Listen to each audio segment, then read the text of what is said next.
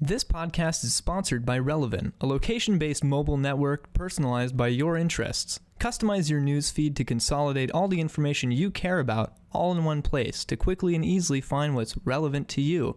Find out what's going on in your local area and reach your community from the palm of your hand. Relevant is available on iOS and coming soon to Android. Be the first to know with Relevant. What's up, everybody? It's the Poorly Edited Podcast, the show where we put a spotlight on the most creative minds we can find, as best as a couple college kids can do. Not very well. Not very well. We're here live on WXLV The X. It's Chris Andrews' birthday. Chris Andrews' birthday. Chris Andrews invented the radio. Yeah. He did. Here he is. Alexander Graham Bell. Oh, there's a funny story there. Just big shout out to Chris. He gave us our big break, when he let us film the show at and WXLV. he'll never live it down. And he'll never live it down. I'm Chandler Davis. My name is Coffee Guy. I'm Patrick Lilly. And we got Lizzy Cates on the camera today. Josh Brennan could not make it. I'm sorry, Josh Brennan. This one's for you. He wasn't at the last one, and I think Josh quit. Anyway, so on today's show, we're going to talk about Lizzy and I went to New York City over the weekend. We saw Hamilton on Broadway.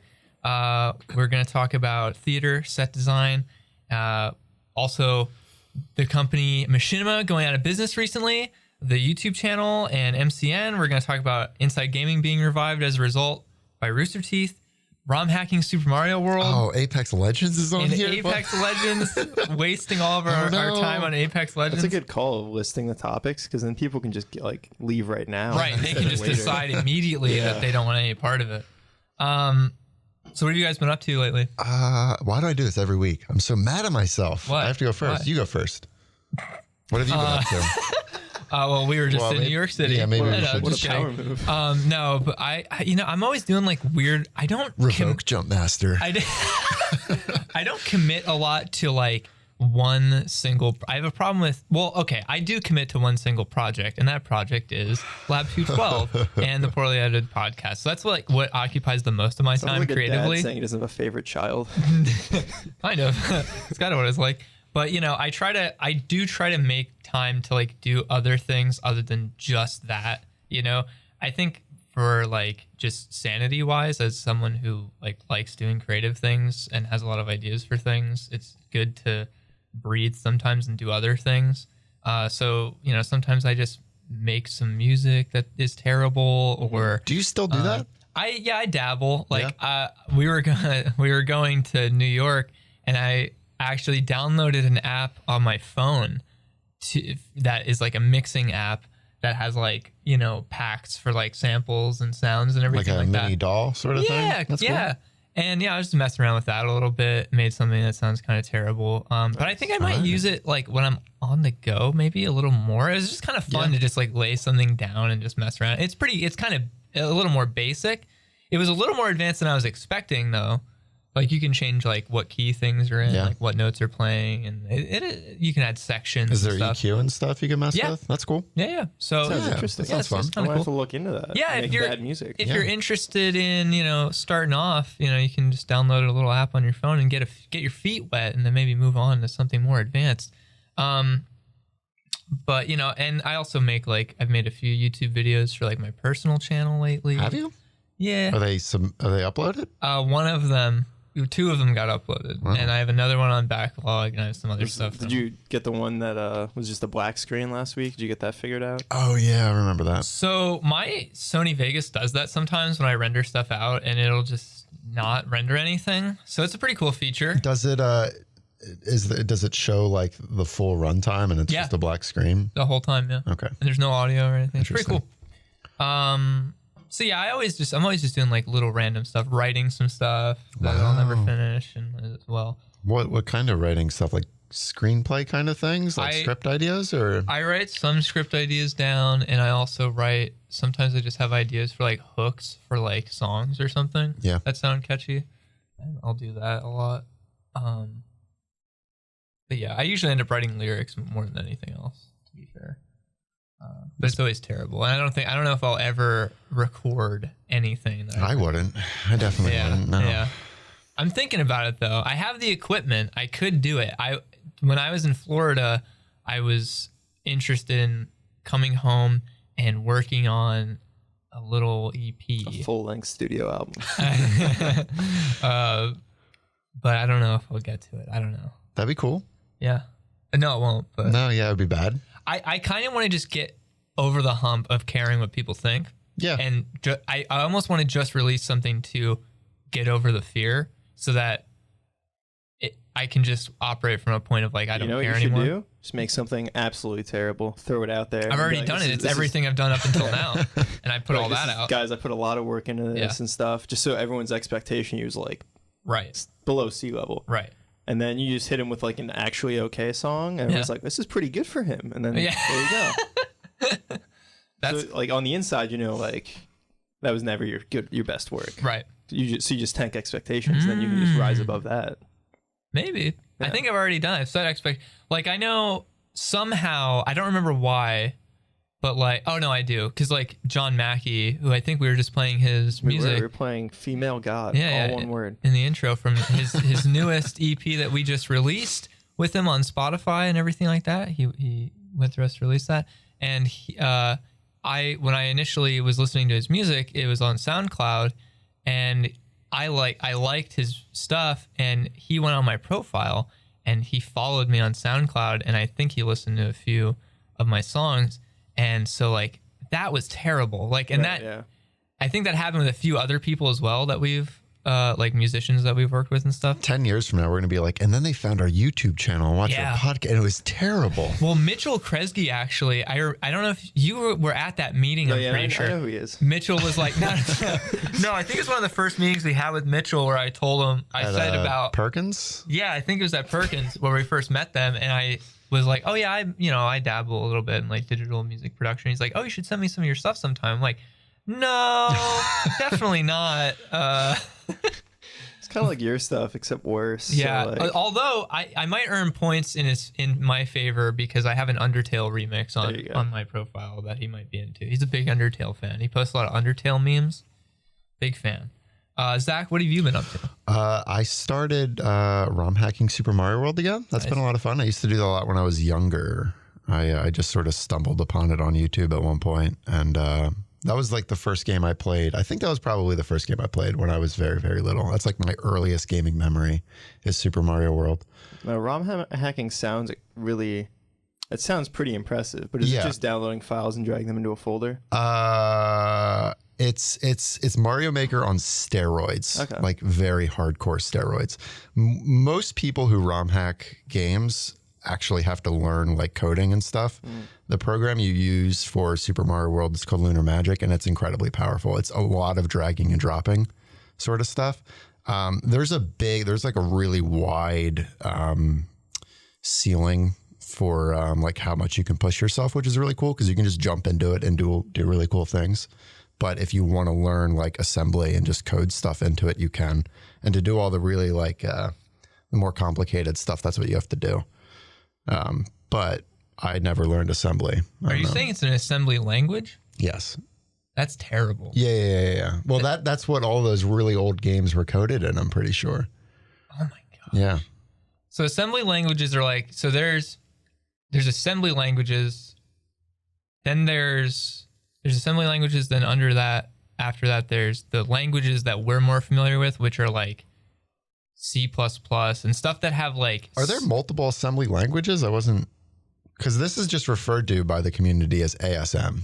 I don't know. I don't know either. I would have to look at it. Yeah. What do you mean by lower then? There's essentially, so like machines have code that they understand, which is like the assembly language. Like that's like... So you're actually writing one-to-one to the machines. Right. Yeah. And then we created languages to make that simpler and more understandable to humans and how our brains work and how we understand things, putting it into things like certain syntax that incorporate our human languages to help communicate with the machines easier. But you can code in these machine languages, these assembly languages, in a way that is just like a one-to-one direct line of communication. And they're very difficult to understand in my knowledge, and I would never want to do that. Which is kind of cool because, you know, being Super Mario World and like just video games of that sort of caliber, a lot of the people who get attracted to that are like young kids. And I've met a lot of these young kids on the internet who know ASM like front to back. Yeah. And they can just do all that stuff. Jeez. Which is nuts. That's wild. Yeah. But I don't think I would ever dabble into that. It's just not really what I need out of it to do the sort of stuff I want to do with the kind of stuff I'm ROM hacking. Yeah. So what have you been doing? There's a project that I've been working on off and on for honestly like 6 years or something like that. Mostly just because, like I said, I did it a lot when I was younger, and then I just sort of got unmotivated and just fell out of it, and then didn't have time or anything like that. But you know, I was in that community for such a long time, and I never actually released anything myself.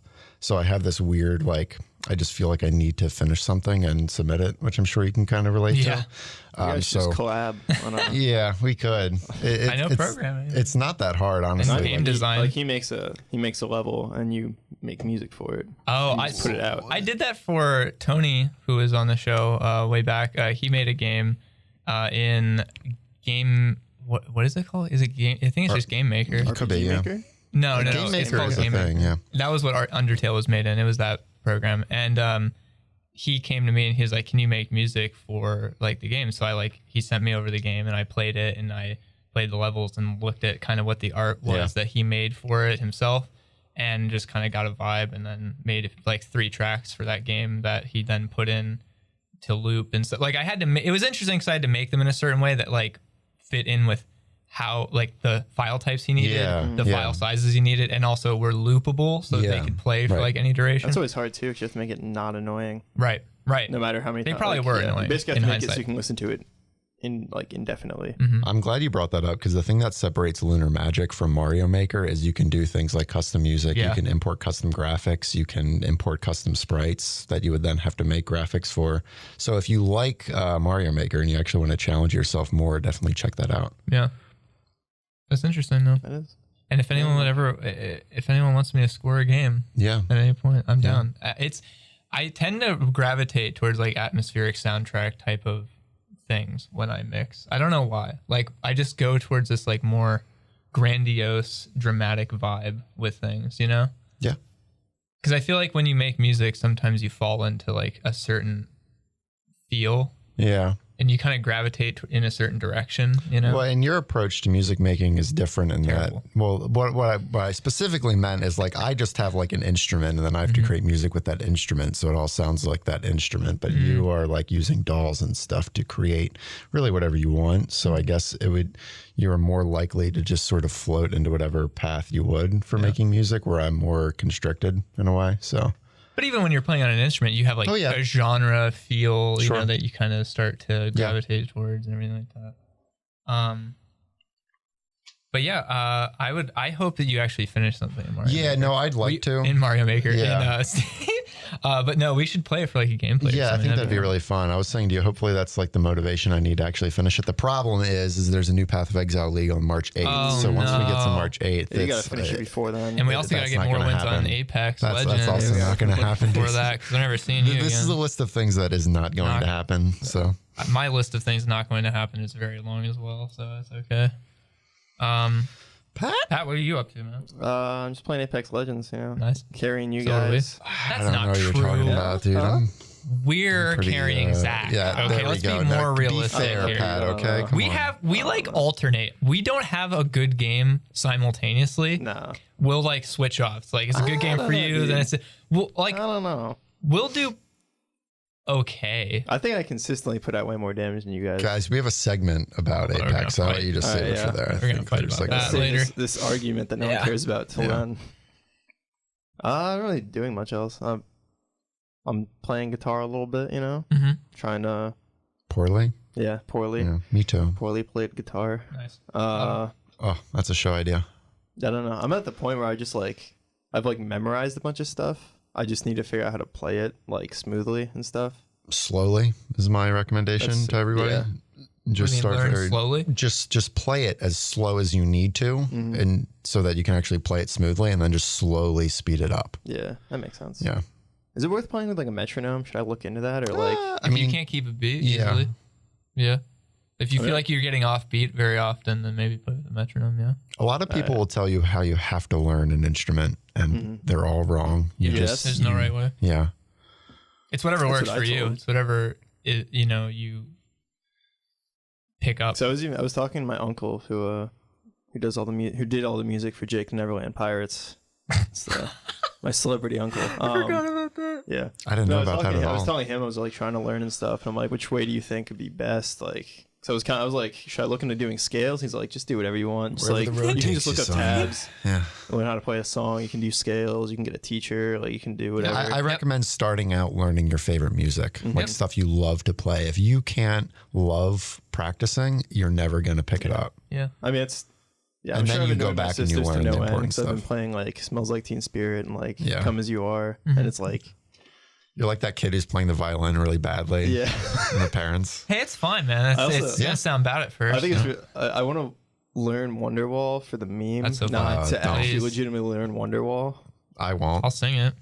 My favorite thing I've ever done in D&D was I was at my friend's house, and there's somebody playing a bard, and I was playing a Tortolan, which is just a turtle person, but I made it as I was role playing that character. I made him talk really slowly.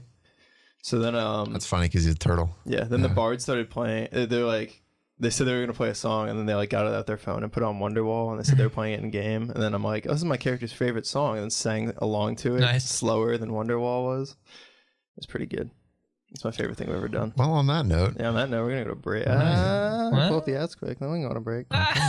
Somebody stole. We're probably going to start playing Divinity too soon. Oh, we are. Because I just got that game. You guys all have it. And that's like a D&D-esque game. I'm looking forward to that a lot, actually. Does it use D&D rule sets? It has its own rule set. It's not a D&D game. A lot of difference between D&D and Pathfinder is like how you calculate stuff, which is all done Pathfinder? Behind the scene. No, this is its own thing. Yeah, it's its own thing. It still has that like level of complexity, but it's its own thing. Yeah. But, I mean, like I said, it's a lot of calculations that make the difference of how you do stuff. Like I don't know, like no, that makes sense. So you can't really tell in game because it just does it all behind the scenes. Yeah.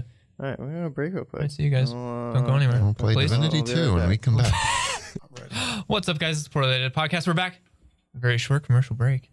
Hold on, was that even a full ad? No. I don't know. Okay. I can't hear. I just broke a chair. Sorry. And so Lizzy got tickets for us to go see Hamilton on Broadway in New York City at the Richard Rodgers Theater, which is where it initially debuted and is still showing to this day. Because Lizzy's pretty awesome and threw a total curveball. That was actually my Christmas present. Oh my God, Pat's filming. Yeah, Pat's filming right now. Don't do that. But yeah, so we were in New York City for the weekend and it was amazing and the show is amazing. It's my favorite play of all time. So getting to see that on Broadway at the stage it debuted at was really crazy. And it was the last night that the guy that plays Hamilton now was playing Hamilton. Yes, Michael Luaye, I believe this is. Did Hamilton die? Oh, jeez. It was. I think it was his second. You said there was a performance on Sunday, didn't you? Yeah. So it was his second to last. Yeah.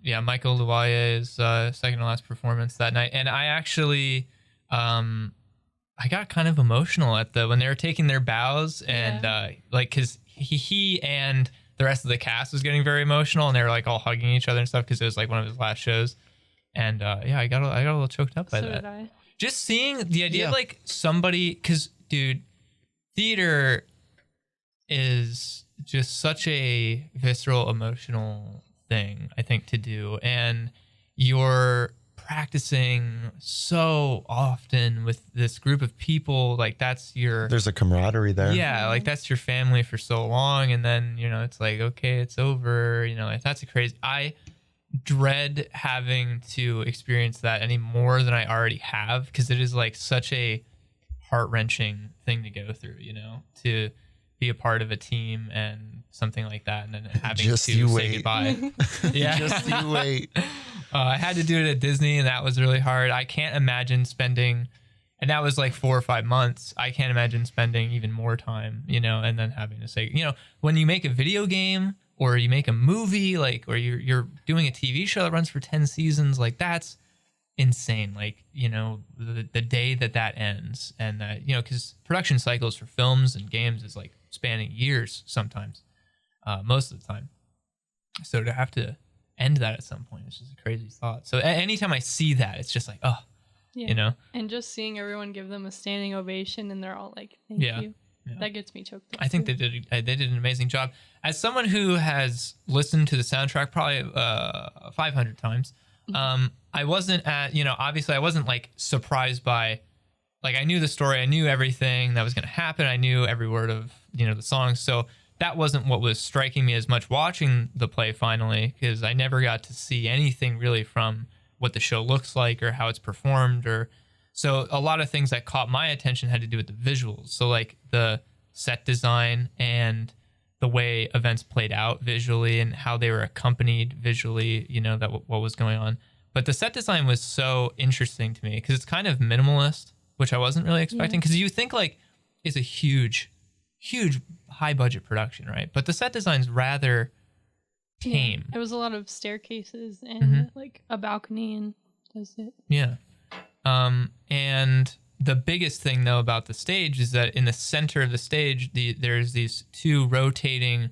There's a turntable essentially in the middle of the floor that the actors move around on, and it acts as this other dimension of movement and choreography, in conjunction, with that movement.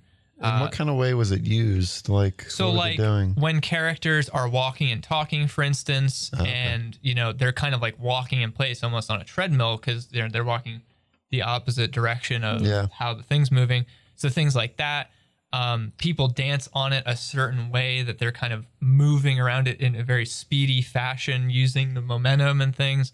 There's times where two characters are kind of opposite each other, at odds with each other. For like the duels and stuff. stuff. Like the duels, and they'll be on opposite sides of the circle as it's rotating around, and you're getting like this 360 view of this conflict and stuff. It's very interestingly used many times in so many different ways to convey so many different ideas, I think. And it was just really fascinating in that sense to watch. And I've never seen a stage setup like that before. I've never seen that, never heard of that. I didn't even know this production had that until I went there. And I saw like the grooves in the stage. I was like, is that what I think it's going to be? And you had the same thought. Yeah. So I had no idea somehow. I was there once before to see a different play. Oh, really? Yeah. If Then with Idina Menzel. Nice. Yeah. And I forgot that the stage did that. I got there and I saw it and I was like, it's probably going to move. Yeah. It's probably going to move. Yeah. And the set designer, David Corins, I think he did an amazing job with all of that. And it got me thinking about like different types of sets and stage setups, even on a more broad scale for like theater productions. Because something that I don't know if a lot of people know, but like there's a lot of different types of stage setups. Oh, you were telling me all about it last night. Yeah, of like how the audience gets to sit in and view the performance. There's like the proscenium stages. I might have butchered that, but that's kind of more of the traditional type of stage, like what this was a little bit. Then there's like thrust stages where they kind of jut out into the audience, and the audience sits on the front three sides around the stage, so it has more of a curvature and dimension to it of seeing the sides and things. Then there's theaters in the round, which are in the stages in the center. There's nothing obscuring vision or anything, and the audience sits all around the stage and the performers. And there's also other things like open air theaters that are, outside and use natural lighting. There's black box theaters that are kind of like a single room that can't be broken. That's what we had in our high school. We did a lot of stuff there. We would have a black box night where people would just pick what they wanted to perform and do it. It's traditionally, I think the black box that setup is used for like really DIY scenarios. Yeah, I performed there also. Nice. I did Make a Man Out of You, from Mulan. Nice. We were all women. It's great. Okay, It was great. Everyone laughed. We made fools of ourselves. It was my freshman year, so it was very nerve-wracking. Nice. Yeah. I really want to do a production at some point. I don't know if I'll ever have time, but I would really like to. Like act in one? Yeah. Okay. I've always wanted to, like when I was in high school, I never had the guts. Yeah, I can see that. I think but all my friends are in theater, so I would go and watch them. And then just be like, that looks like a lot of fun. That looks like so much fun. Yeah. So I would really like to do it. My friend told me that there's a production coming to, I think Little Shop of Horrors is coming to my town's art center, and she wants me to do it. Also, because there's never any dudes in these productions. Like, there's so few males. That means you'll get a lead. What? You'll get a lead. Probably. I might get Sebastian or something if I try out and I don't do terribly. What if you get the plant? What if you get the plant? Dude, that'd be lit. I don't have like a deep voice. I don't know. I don't know if I do a good job at the plant. But if I want any shot at that production, I would have to start learning the songs now, or I would do terrible. Memorizing lines is my problem. That's what terrifies me. Can you sing well enough? I mean, you sang at the shindig we had with Run from the Radio. Yeah. You sang Desperate Times. Not well. But yeah, we couldn't hear you though, so it was fine. And they sang it like differently than you were used to. Yeah, the timing was. Did you come up with excuses for that? No, Mitchell said it wasn't. Yeah, Mitchell. It was acoustic. It was acoustic. Yeah. No, but I love doing that. I mean, Lizzy hears me sing the most often. I mean, I think you have a good voice. I don't know. Wow. I think if it's like Hamilton is, where it's just song, song, you don't really have to memorize lines. You just have to remember a song. Yeah, that was an interesting thing about the play that I was surprised by. I thought there would for sure be a few times, not that many, but a few scenes that are not songs, like musical numbers that are just dialogue or something to progress the story. And there's not. Like, there was only one little thing that I thought was a nice addition and was necessary, where he gets news that John Lawrence, his best friend, dies. Because there's a lot of historical significance with their friendship and stuff like that, and he was a big part of that. But that's it. Like, there's a lot of times where I'm like between when he meets Eliza and then marries her, that happens in two scenes, like back to back. And I'm like, there's probably a scene in the middle. Song. Yeah, there's probably a scene in the middle where something else breaks that up, so it's not like meet you, then marry you, because it doesn't happen like that close together. But there wasn't. So it was just song. There was a lot of little stuff that the ensemble did that I really enjoyed. Like when Hamilton kisses Angelica, which is Eliza's sister, he kisses her hand, and the ensemble kind of like twitches because it's bad. It's not as bad as it is. It's like an important, like, oh wow, okay, so that's a thing. Yeah, there's a lot of little subtleties, like little touches like that. Yeah.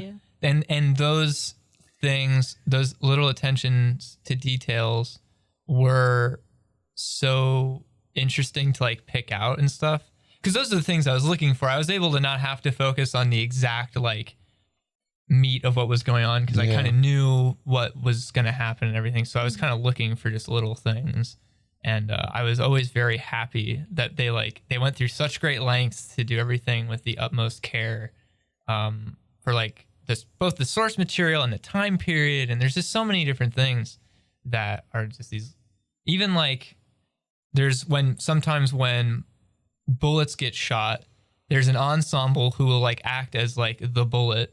They'll like hold it. Yeah, they'll like hold the bullet as it approaches the actor, and it, the actor will be like slowing down time, and you're watching like this bullet in quotations, approaching them, and you can like see it, and they're slowing the time down, and it's moving like slowly at them, and they're like grappling with all these different things going on, like just little things like that weren't conveyed in the music that I had listened to all the time, and get to see that added layer of things was like really interesting, and how much it was always in the favor, like the showmanship was always in the favor of the storytelling and even the set design and everything like that, rather than like spectacle, It wasn't about like, let's do this crazy stuff that's going to like wow the audience, like it's like Cirque du Soleil or something. It was like everything serves the story, that's being told.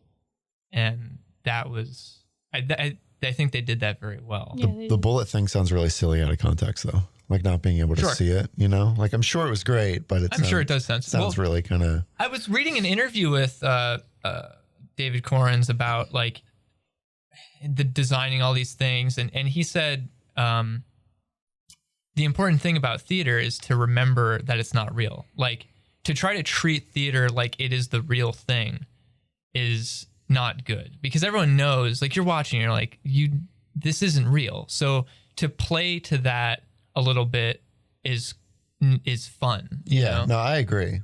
Yeah, so you can do things like that, and it isn't cheesy. Like when you're watching it, because it's so well executed, it's not cheesy. You know, you're like, you believe that this all makes sense, you know, almost, even though it's dealing with something that is literally like such a pivotal time in history, real people's lives that were documented, you know, and everything like that. It's dealing with things that are very real and that happened, you know, but is still able to play with that and do it in a way that's like interesting and playful and kind of make believe almost. Yeah. I remember this part where George Washington says to Burr, he's like, shut the door on your way out. And I was waiting. I was like, is he going to actually pretend to shut a door? Because he didn't walk through anything, but he didn't. And I was like, yeah, I was like, that would have ruined everything. Those are interesting decisions, I think, for a production like that. Because something when you're doing a stage performance like that, you know, with a set and props and everything, you have to make a lot of decisions of like, when is it necessary to add in another part of the set to convey this idea? When is it necessary to add a prop? Or when is it necessary to not have that and not add anything, and to have the audience, to trust that the audience will understand what's being conveyed and that they don't need to see him slamming a door to understand what's going, you know what I mean? Mm-hmm. And there's times where it's like important that Hamilton has a desk, you know, come up to him, you know, be, you know, brought to him by the ensemble so that he can write on parchment and a quill and, you know, draft a new document. Like, it's important to see that sometimes. Other times it's important to not see things and not have everything conveyed totally visually, you know? Yeah. And I couldn't imagine being part of that decision-making process where you have to decide all those little minute details for every single move you make in a production like that. Yeah. Where you're like, when is it, what do I do when, you know, I don't know. It's crazy. And yeah, I mean, Pat and I kind of did something like that on a much, much smaller scale for our concert we threw in October, just where we had to like have some lighting cues down. Mm-hmm. And yeah, it's stressful. Yeah. Even just on a very small scale. Yeah. And I can only imagine having to do an entire show like that a room full of people, you know, that's nuts. I think an interesting thing that I also read in that same interview with David Corns was he went through like this bit where I think on Instagram or something, he was like posting conceptual art stuff from like possible stage setups and possible ideas that they were having. And some of it was like cheesy. And there are other ideas that never even made it to concept art that were like really cheesy. And he was like, some of them are terrible. Like he said, we had a million terrible ideas. And that sounds familiar. Yeah. And part of that process, part of writing is rewriting. Like, yes. To have ideas and then to decide against it and to think of new things, like to always be this ever evolving kind of process. Obviously, eventually you have to reach a final consensus, but I think the cliche is writing is rewriting. Yeah, exactly.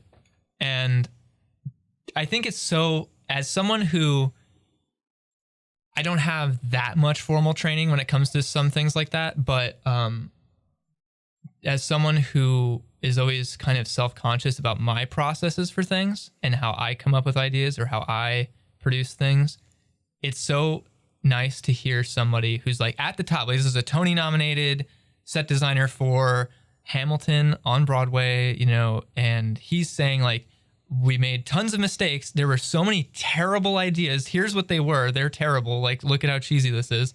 And it's fine, because eventually we reach something, and eventually like all that leads up to you getting the right thing. Yeah, you know? Yeah. You hear that so much from people who know what they're doing. And it's so easy when you're starting out to think that you're supposed to be doing everything perfectly. Right. But everybody tells you like it's fine to make mistakes, and it's fine to, sometimes it's important. I was actually telling Amres earlier, like a week ago or something like that, about how important it is that your first draft of something is bad, because it just gets things started and it allows you to trim stuff down. And it's just like the stress of finally putting words to paper is gone, and you can just go from there. Yeah. Oh, we gotta go break. Oh. All right. We'll be right back. The mic stand, yeah. The pat's falling apart, everybody. And we're back before the podcast. Oh my Hamilton God. edition. No, we're moving on. Oh, okay. Sorry. Back before the podcast, Machinima edition. Yeah. So it's a mixed bag today. It's a very mixed bag. Imagine you're 12 years old and Minecraft's the biggest new thing, and you want to make videos for it, and you make some, and your mom's really proud of you. Is she? And, yeah. Are you sure? Your Minecraft videos are doing so well. Are they though? And then this is a big, nice conglomerate thing named Machinima comes, and they're like, "Hey kid, you're doing a great job. How about you put your videos on our channel?" And you're like, "Oh my God!" And then you get your mom to sign the paper, and then the Machinima owns some of your videos. Yeah. Okay. And then fast forward like 15 years and Machinima goes out of business and all your videos get deleted. Real quick. Okay. The funny thing about YouTube is it's like, I've heard it described as islands of popularity, where you can spend like a lot of time on YouTube and still have no idea what's going on in like a different section of it. Yeah, true. So I used to watch, and this was back to the Super Mario World hacking stuff, a lot of video game content on YouTube. Never got into Machinima or Minecraft videos, because I never played Minecraft because I played on a toaster of a computer. I was hacking Super Mario World for fun. Like it's a game from the 90s. Like I could hardly run that. Was that what was happening with Machinima? Is that like you had your mom sign a paper and they owned some of your Minecraft videos? I've been to a lot of them actually. So Machinima, if let's go back to the late 2000s, around like I came on YouTube around like 2009, 2010. And that's when I started hacking. Really? Yeah. Oh, converging timelines. Machinima started in 2006 in January.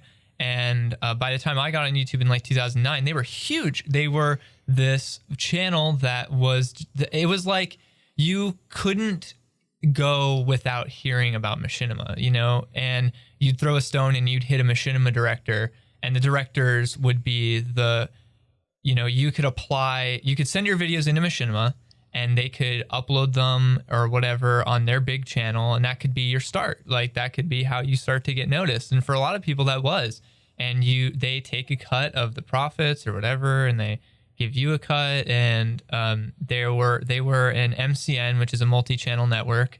And they kind of, there were tons of content creators, tons of YouTubers who were under their umbrella that produced content for them, whether they were direct like employees of Machinima, such as C-Nanners and Hutch and Mr. Sark, or they were like directors that were kind of like more third party, like freelance a little bit, like Bro Team was.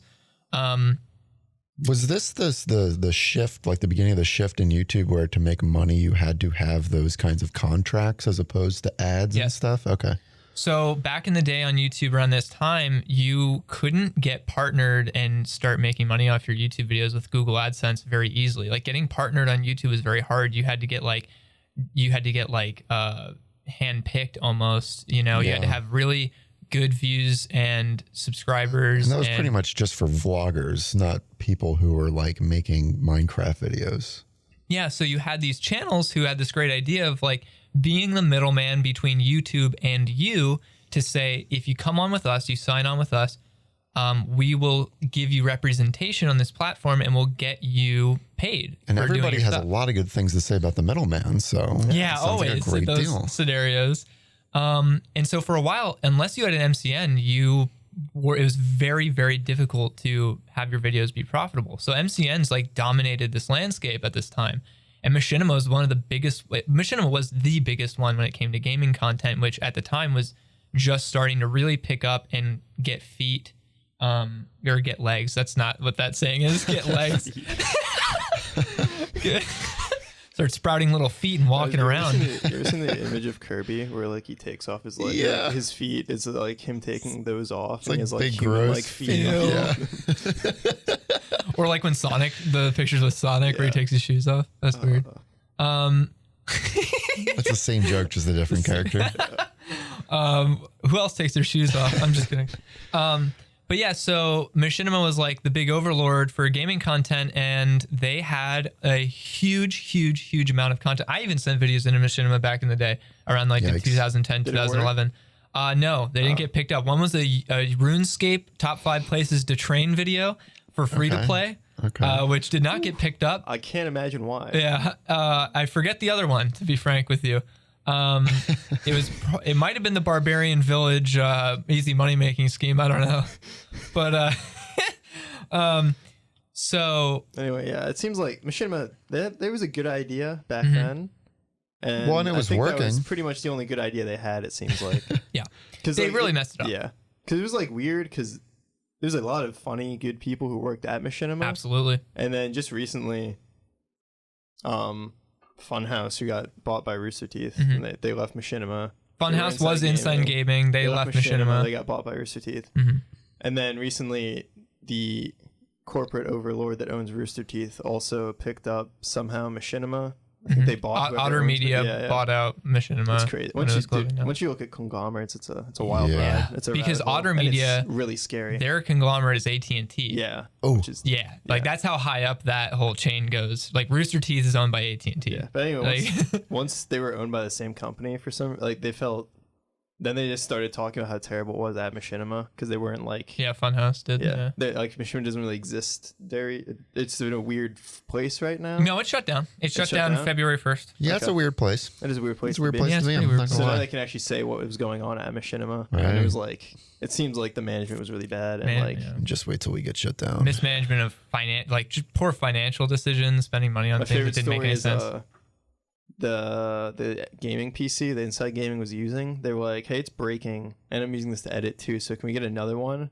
No, we don't have the budget for that. And they spent, I forget how much it was, like a lot of money on painting a huge mural across like the windows. The windows of this building. So not only did they not give them a gaming PC, they also shut out the sunlight from where they were working in turn of a really creepy, weird mural. They shut out the sunlight with a thing that they spent more money on instead of fixing their computers to actually do their job. That's the sort of story you hear all the time from giant companies that just suck. Yeah. And that their employees hate. Yep. And then you're like, I can see how this company would fail. It sucks though, because then they're like, I don't know why everyone's leaving. They had such a good thing going. And I mean, to be fair, Machinima has always been like, you would hear back even in the day when I was like, in like I said, in like 2009, 11 and all that, when I was making RuneScape videos, and Machinima was at the height, you always heard whispers about like, don't get into a contract with Machinima because they own you, dude. Like it is so hard to get out of those contracts. Like they own your content. They can do whatever they want. You can't put it on your own stuff or like your own channels. So now that Machinima's channel got shut down because the company went under, and they deleted all of their videos off of the channel. So if you had videos on that channel that you made for Machinima back in the day, they're gone. And if you didn't back them up, they're really gone. And there was no warning or anything like that was going to happen. So now you're seeing a bunch of re-uploads from the old Machinima days, which is kind of nostalgic. Yeah. And in terms of the biggest re-upload that we got was Rooster Teeth now owning what I guess the properties that Machinima, because they don't really own Machinima because it's dead. They just own the properties that Machinima controlled and the IPs. So one of those IPs was Inside Gaming. And so now they've rebooted Inside Gaming and brought back all the Funhouse guys who did Inside Gaming at Machinima. They replaced Rooster Teeth's gaming news show, which was The Know, and they replaced The Know with Inside Gaming now as the news outlet. And I thought that was insane. Like, that I don't know how many years it's been since they left Inside Gaming, but to have something get rebooted and like rise from the ashes that many years later is insane. Like there are people in the comments who are like the first video that Inside Gaming did, the first news one, now that they've been back, there are comments where it's like people were saying like, I was in high school and then I graduated, I went to college, I got married, and I'm almost done my bachelor's degree. And now it's reboot. Like that's the amount of time that has passed. It's wild. Like since they've last been Inside Gaming. So like that's insane. And I think it's really cool. Unfortunately, Machinima went under as a result, but I mean, at least we have some things that they're reviving. More disgusting looking logo for some reason. I really didn't like the green M, whatever that was. Machinima. Yeah. Yeah, No, Machinima it used changed to their be logo. Cool, Was terrible. but now it was stupid. Yeah, that's why they went under, because they changed the logo to the green M. The green M instead of the red M. Don't rebrand, kids. Don't rebrand ever. Just like we never did. Wait. But you know, it kind of brings me to this thing, like, because the landscape of YouTube has changed so much since like back when Machinima was at the height of their. Anymore? Huh? Do you care anymore? I don't care anymore. I'm over it. We have to keep this succinct. What was that? We have to keep this succinct. Pat's scolding me right now on our own show. Rant about this for literally an hour last night. So yeah, dude, this is world ending, Patrick. Pat's wasting time, dude. Machinima's going to delete all of our videos soon. No, you guys telling me I'm wasting time is wasting time. Don't make me drop down this rabbit hole. You're wasting time right now. But you know, I mean, just like in summary, kind of what I've been getting from everything that's happened lately, at least over the past like 1 or 2 years since like the apocalypse hit. Now we have things like Maker Studios going under, who was the MCN for Smosh. And we have Machinima going under, who is an MCN for a lot of different, you know, these big companies who are these middlemen that are like these vestigial structures of how YouTube used to be. Like all these developments just kind of culminate in, honestly, I'm at the point where like, if anybody comes up to me and they're like, I would really enjoy making it on YouTube and doing that as a career, I would tell them to do almost anything else. Do people do that? Yes, there's still, yeah, absolutely. I just mean specifically with you. Do they walk up like, Chandler, I want to make it big on YouTube? I'm not going to mention any names, but there's legitimately maybe people off the air that you guys know that I've had that exact conversation with, but it was a few years ago. I mean, even like 3 years ago, I think at the time of that conversation, like 3 years ago, it was at least a little less bad.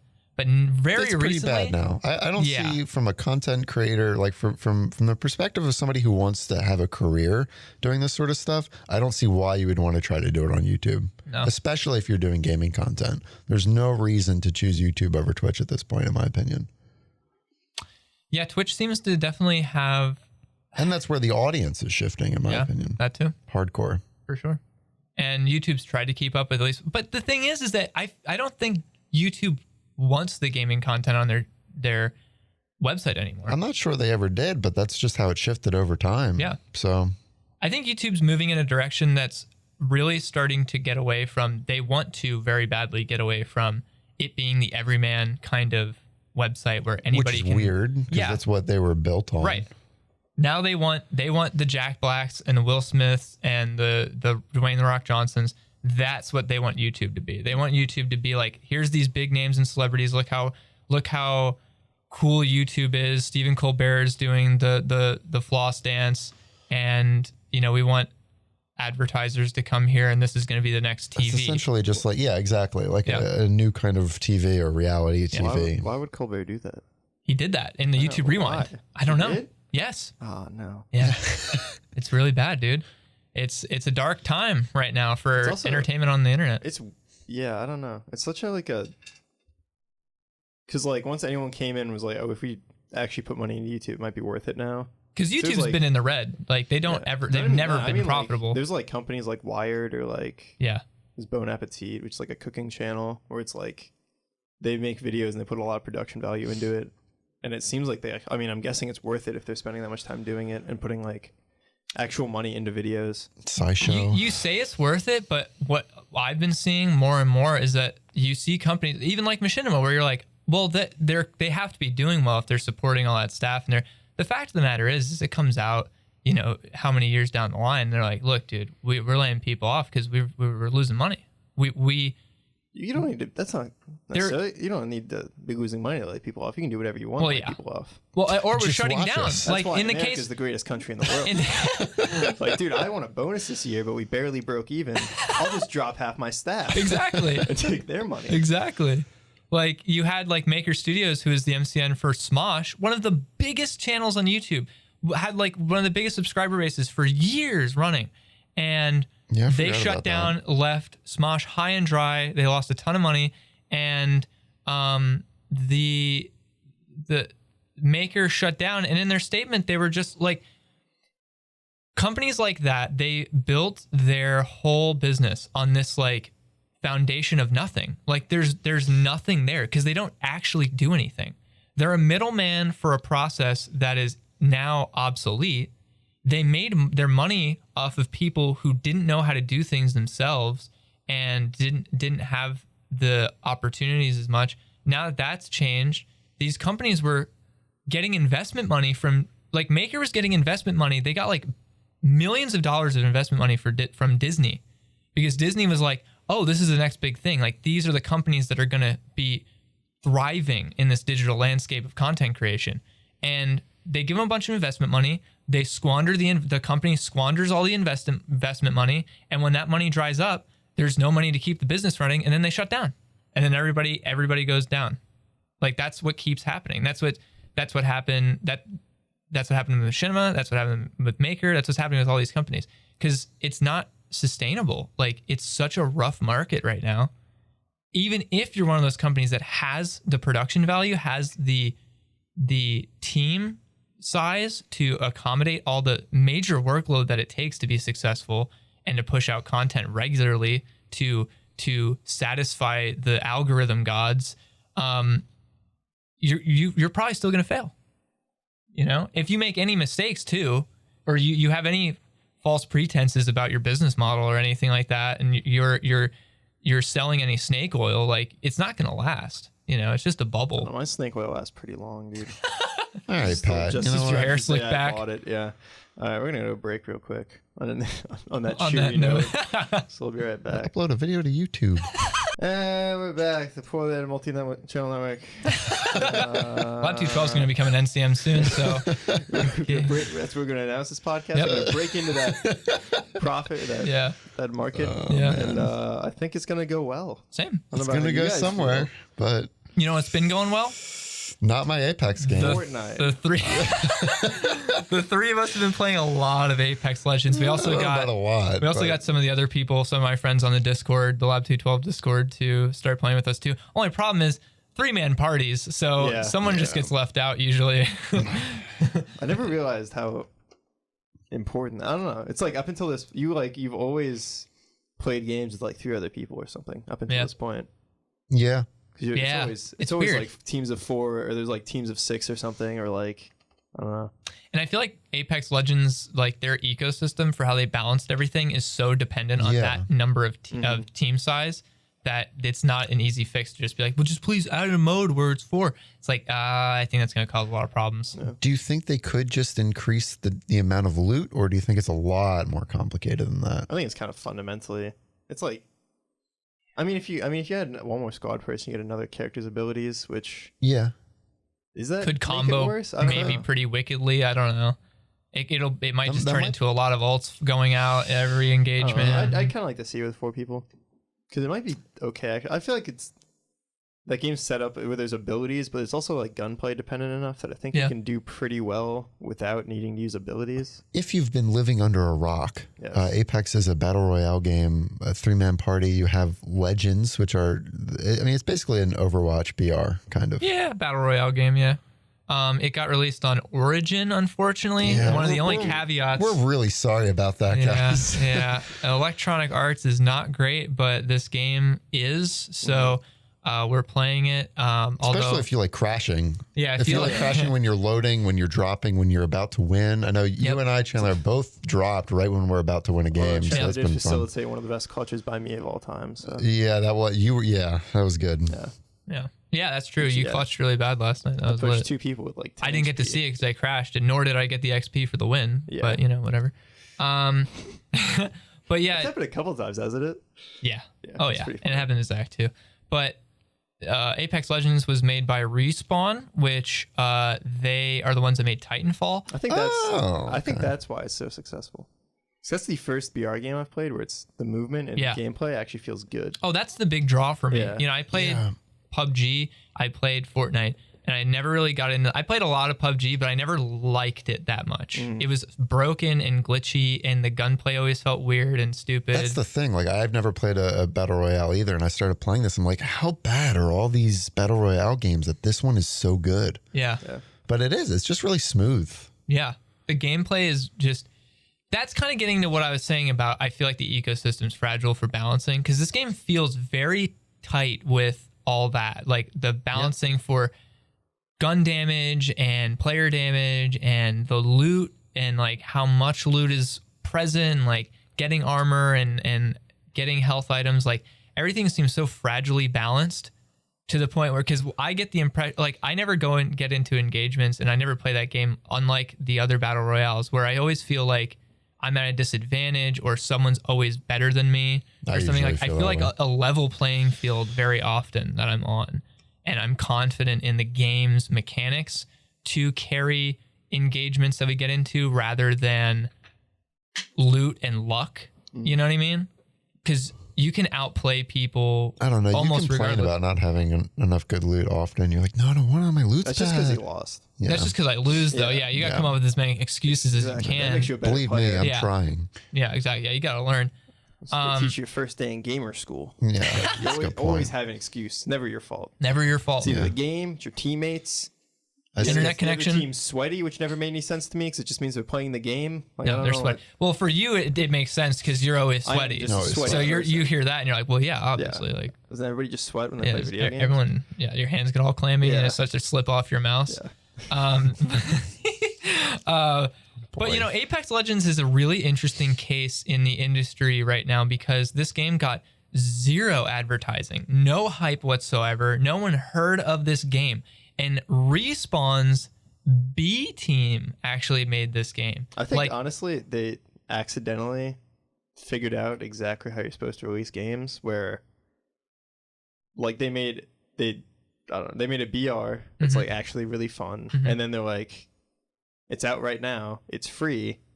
And then they paid the top streamers to just play it for like a week or something. Going back to like, Twitch. Yeah. Yeah. So then it's like anyone who logs onto Twitch to go play, you watch Oh, yeah. play Fortnite. Even like, what's this game? Even the whole Path of Exile community was playing Apex for like a week.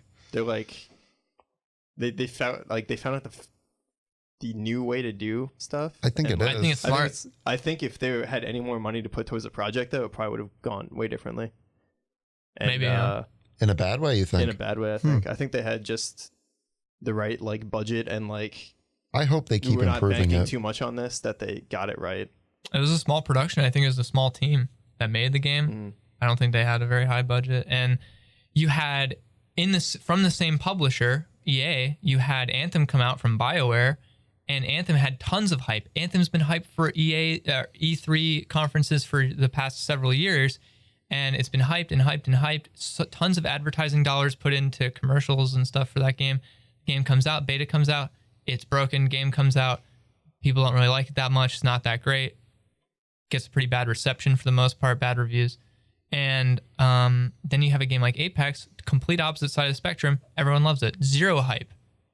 And it kind of leads me to be like, and something I felt for a while in the gaming industry, which is I feel like hype, especially too much hype, is just bad. It's so bad. No, I agree. But people get salty about that. They're like, no, we should be allowed to be excited about this and hold it to a really high standard because we were excited. Yeah, but like, I don't think people realize how much it ruins it for themselves. Yeah, like, I don't know either. But they do not like to hear that, dude. I at know. all. It's bad. I mean, I'm all for looking forward to things, Yeah. But these people always come at these projects when they get announced and they see like a teaser trailer that has nothing, no gameplay, nothing being shown, and they immediately are like, "This is gonna be the best game ever. It's gonna it's gonna solve world hunger, and it's gonna be the best game." My dad's gonna come back. Yeah, you can do. You can do anything in this game. It's going to be the game. You can do anything you want. It's like, no, it isn't. It's not going to be like, please stop. Every time you think that, you're just going to ruin it for yourself. And it's always going to under deliver with those high expectations because it's just not realistic. People just don't have realistic grounded expectations. It seems for a lot of these games. There's these AAA games too. Moreover. Zach's sincere right now. Like, that was a good joke. He's just like staring at the wall. He's just got like, his feet up. He's like, yeah, this is it. I made it. This is the peak. I'll see you guys next week. Yeah, we got to wrap things up. So if anybody has anywhere to plug. We are going to start streaming Apex. Really? Oh no, you said it. Now we're gonna have to actually do it because we said it on air. That's why I'm saying it, because we're actually going to. Yeah, I don't know when or how often. Probably not very often. That'd be good. My semester's finally starting to kick up, and I got a lot of work. And exactly. That's why you gotta. So, yeah. I don't know how often, but so we have a Lab 212 Twitch channel. Lab 212. Yeah. Yep. Lab 212 on Twitch, Lab 212 on YouTube, on the dying platform that will be kicked off of shortly. Yep. On everything else, Instagram, Twitter, all that. I'm Sly Elliott on everything. Follow the Twitter, because we should definitely shout out when we go live on Twitch. Absolutely. So also check out John Mackey, who was our intro and soon to be outro music on this podcast. Okay. And a really cool dude. Absolutely. A nice boy. See you guys. Thanks so much for watching and listening. Poorly Edited Podcast signing out. Catch you guys later. Bye.